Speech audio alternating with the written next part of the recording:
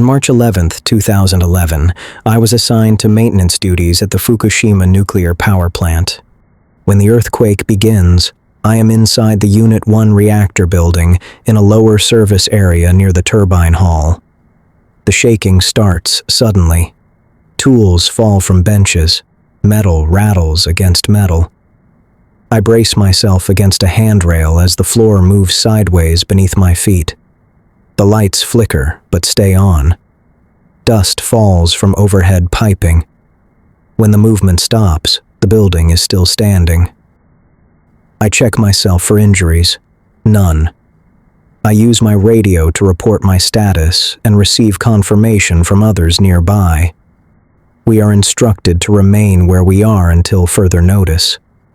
Several minutes later, alarms sound throughout the building. They are not localized. They echo through corridors and stairwells. The sound overlaps, making it difficult to distinguish individual warnings. I am told the reactor has shut down automatically. This is expected. I am told to prepare for possible equipment checks once the seismic inspection is completed. Before that happens, another instruction comes through the radio. A tsunami warning. I have heard these warnings before. The seawall is designed to protect the site. We are told to move to higher ground within the facility where possible and wait for further instructions. I move up a stairwell to an intermediate level. The doors are heavy. I have to use both hands to pull them open. Emergency lighting is active. The main lights remain on. The sound reaches us before we see anything. A deep, continuous roar, louder than the earthquake. It grows rapidly and does not fade. The building shakes again, not from ground movement, but from impact. Water strikes the lower levels of the facility. I hear it crashing against walls and structures. Through a small window, I see dark water moving fast, carrying debris. The radio crackles with overlapping voices. Reports of flooding come in from multiple areas of the site. Diesel generator rooms are mentioned. Electrical equipment is mentioned. I am instructed to remain where I am. Minutes pass. The roar subsides. The water recedes, leaving behind silence and the sound of dripping. Then the lights go out. Emergency lighting activates briefly, then dims. The corridor is now lit only by small battery-powered fixtures spaced far apart. Shadows fill the space between them. I receive an instruction over the radio. The message is short. Total loss of power. Stand by. I am issued a flashlight and told to conserve battery power. My radio transmission is weak. Reception is intermittent. After some time, another instruction arrives.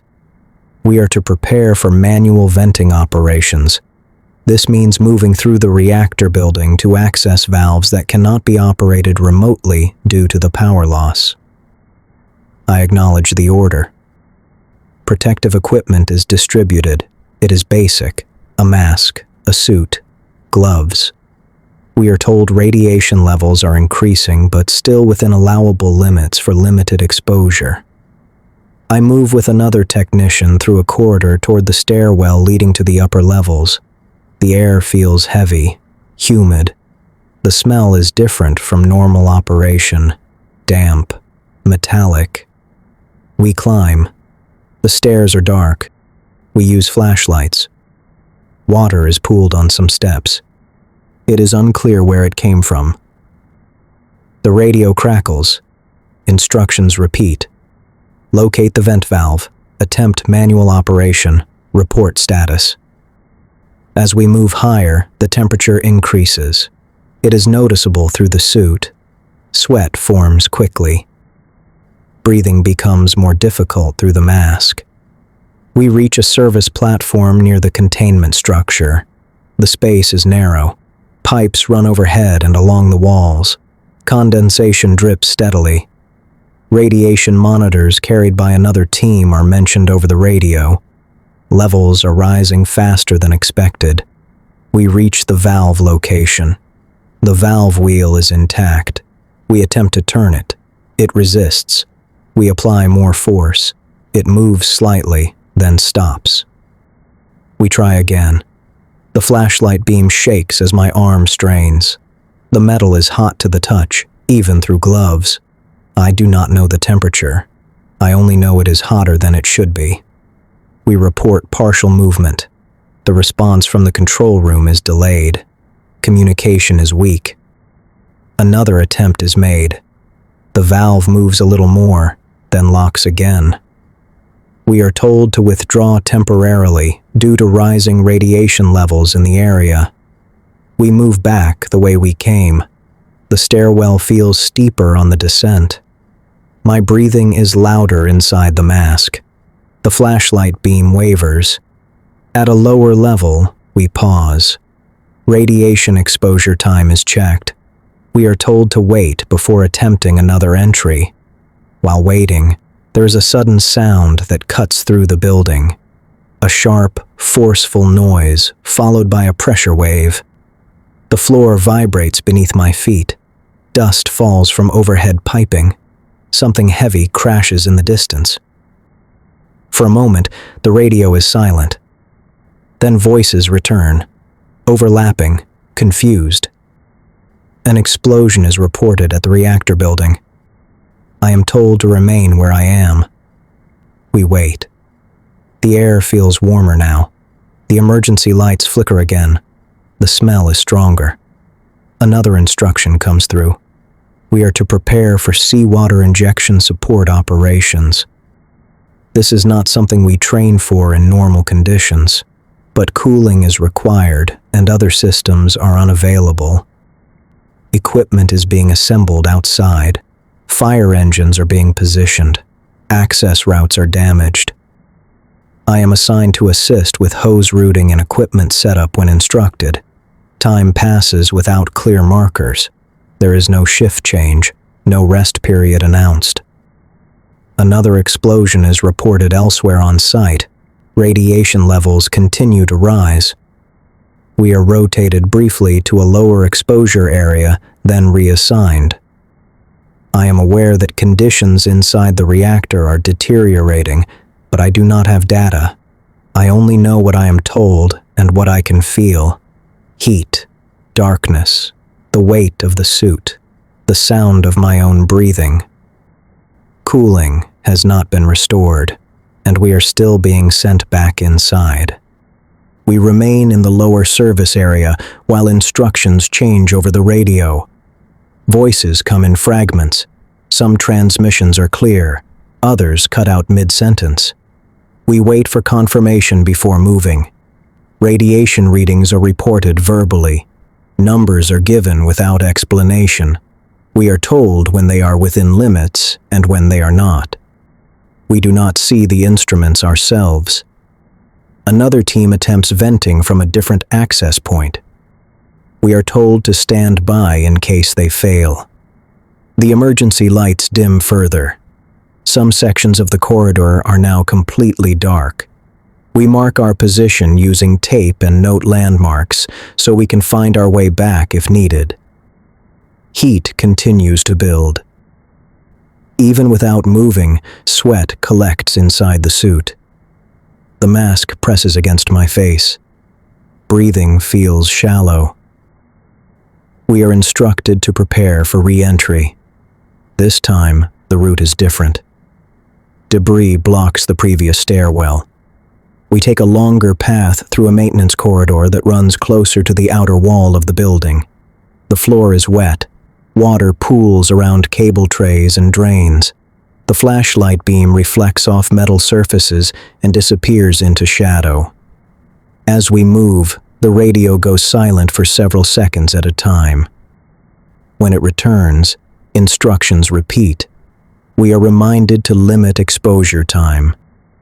We reach another access platform. The space is more confined than the previous one.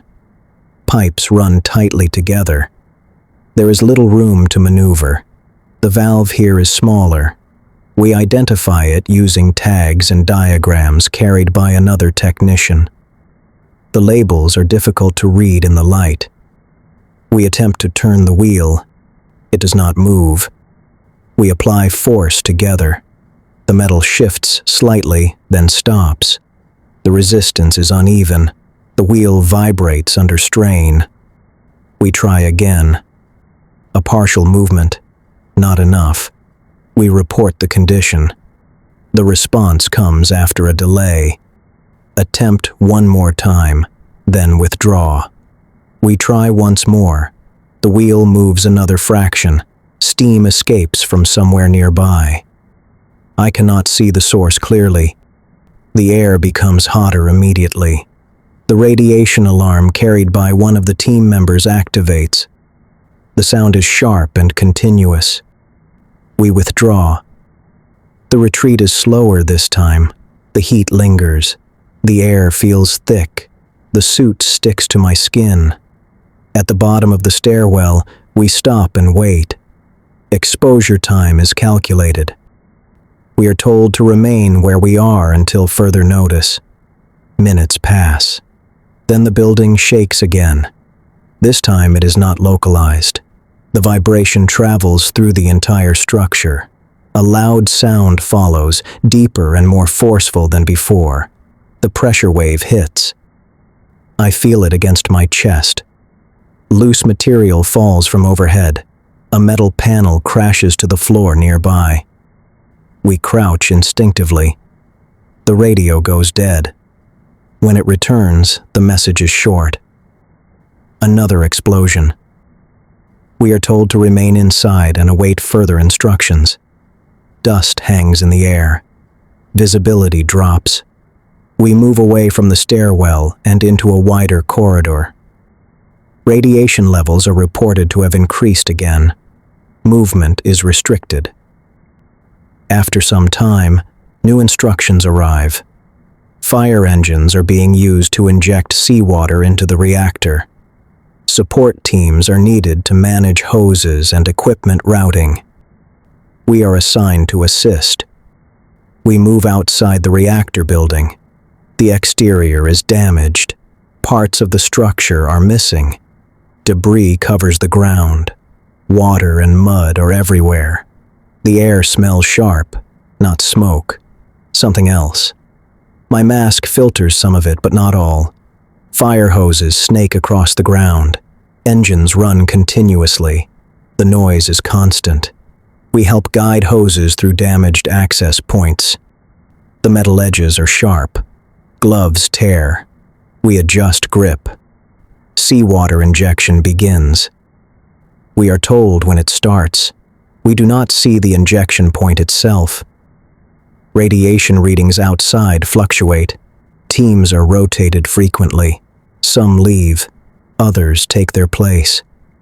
I am sent back inside briefly to check equipment placement. The interior is darker than before. Emergency lights have failed in some areas. The temperature inside feels higher than earlier. The air is stagnant. There is no ventilation.